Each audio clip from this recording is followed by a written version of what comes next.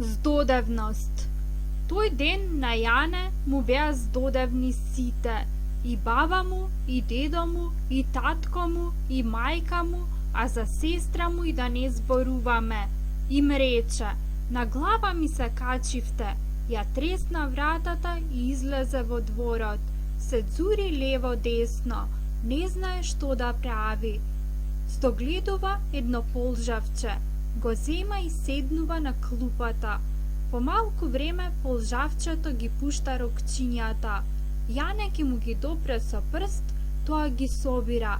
Јане се насмевнува, потоа му пее: пушти полжав рогови, пушти полжав рогови.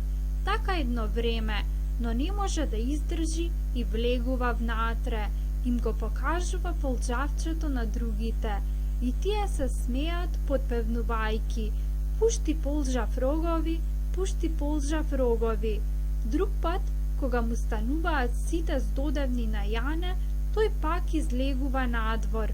Гледа едно мало цвеќенце, што туку излегло од земјата и пуштило цветче.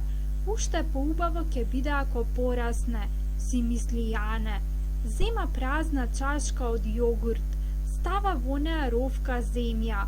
Внимателно го одгорнува цвеќенцето со дрвце и го пресадува во чашката.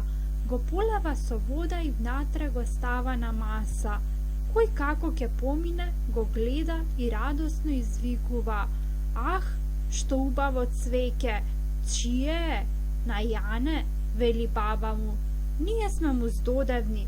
Само понекогаш, одрекува Јане. Кога сте ми здодевни, јас си наоѓам други пријатели.